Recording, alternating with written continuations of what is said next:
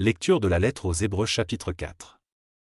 Dieu nous l'a promis, nous entrerons dans son repos, et cette promesse est toujours valable.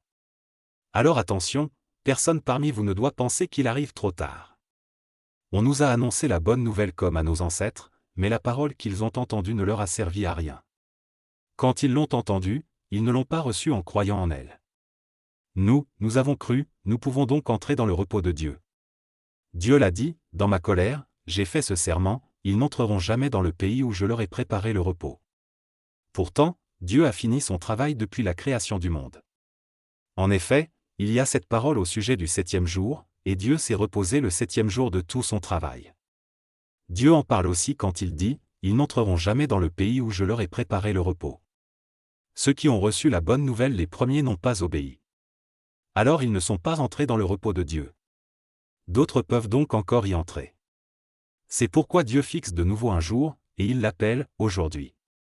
Il a parlé de ce jour-là beaucoup plus tard, par la bouche de David, dans le texte déjà cité, « Aujourd'hui, si vous entendez la voix de Dieu, ne fermez pas votre cœur ». Si Josué avait conduit le peuple dans le repos de Dieu, Dieu ne parlerait pas, après cela, d'un autre jour. Cela veut dire qu'il y a encore un repos pour le peuple de Dieu. Il ressemble au repos du 7e jour. En effet, celui qui entre dans le repos de Dieu, se repose, lui aussi, de son travail, comme Dieu s'est reposé du sien. C'est pourquoi, cherchons de tout notre cœur à entrer dans ce repos.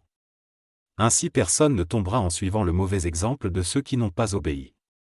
La parole de Dieu est vivante, elle est pleine de force. Elle coupe mieux qu'une épée qui coupe des deux côtés. La parole de Dieu entre en nous en profondeur. Elle va jusqu'au fond de notre cœur, jusqu'aux articulations et jusqu'à la moelle. Elle juge les intentions et les pensées du cœur.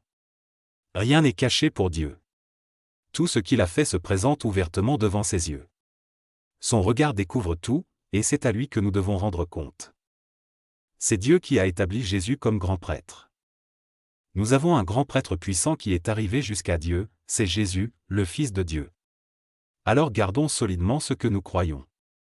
Le grand prêtre que nous avons est capable de souffrir avec nous de nos faiblesses. En effet, comme nous, il a été tenté en toutes choses, mais lui n'a pas péché. Approchons-nous donc avec confiance du Dieu puissant qui nous aime.